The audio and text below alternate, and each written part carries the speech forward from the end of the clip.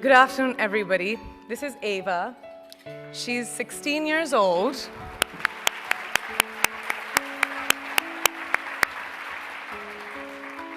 An age where girls should be enjoying their innocence and joys of their youth.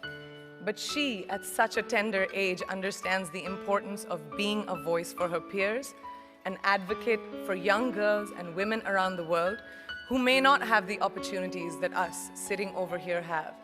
So receiving this honor from a hero like her makes this so much more exceptional. So thank you.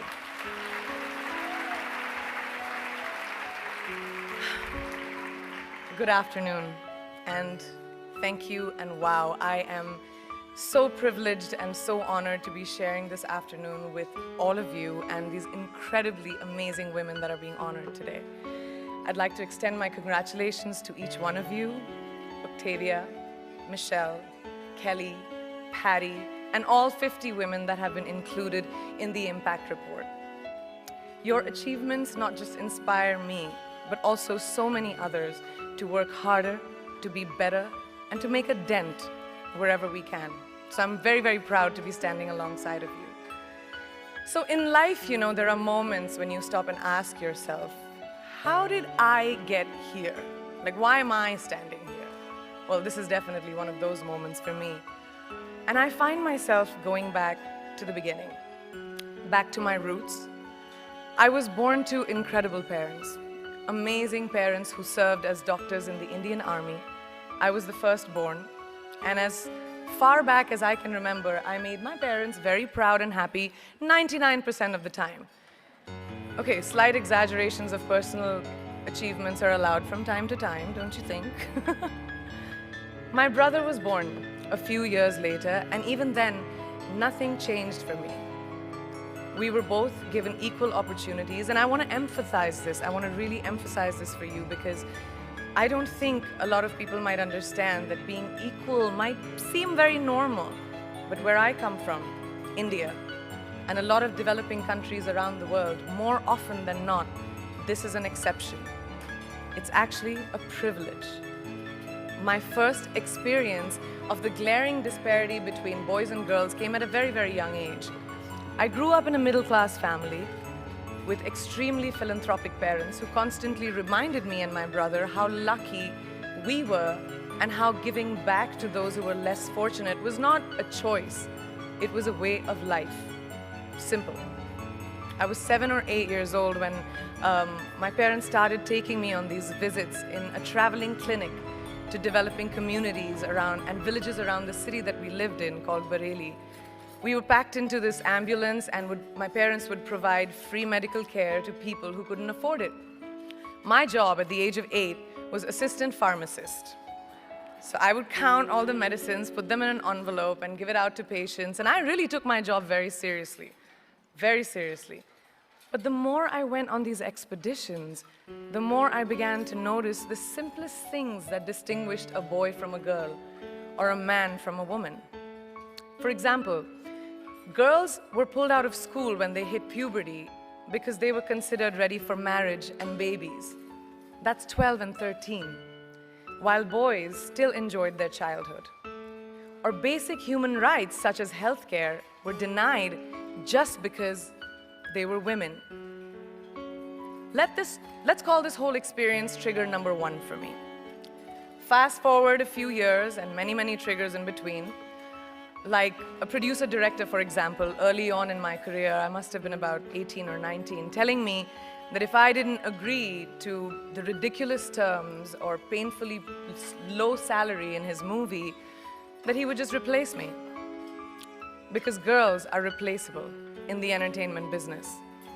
That was a memorable one. It made me decide to make myself irreplaceable.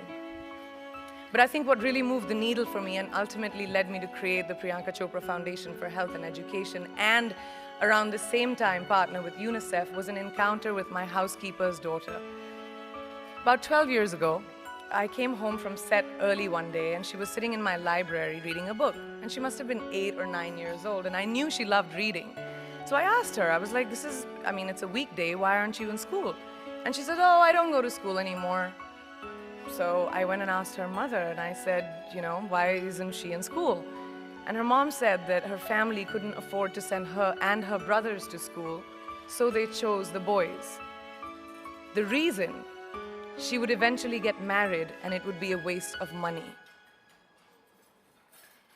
I was completely blown, and it shook me to my core. Eventually, I decided to cover the cost of her education so that she could continue to learn, because education is a basic human right.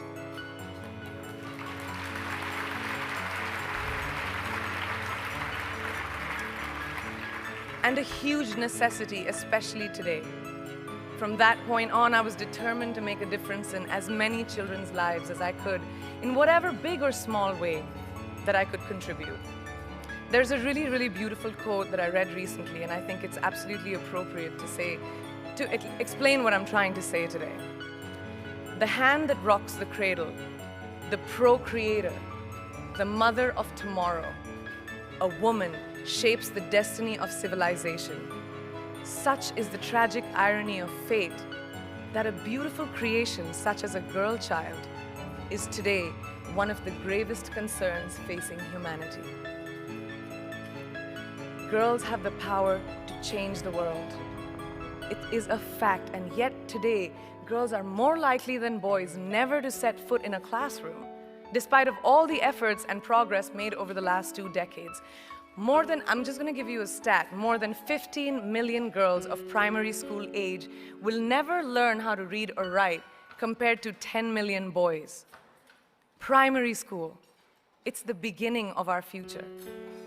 Over the last 11 years, I have witnessed firsthand the incredible work that UNICEF does for children around the world, especially victims and survivors of child marriage, displacement, war, sexual violence. But there is still so much work to do. And for me, that is the fuel to my fire. The reason I'm so committed to this cause, and that is where my passion stems from, because I know that a girl's education not just empowers families, but communities and economies. A result of her education, we all do better. It's just as simple as that. As entertainers and influencers sitting in this room, I feel that it's our social responsibility to be a voice for the voiceless, which is why I applaud each and every woman in this room for being such a badass.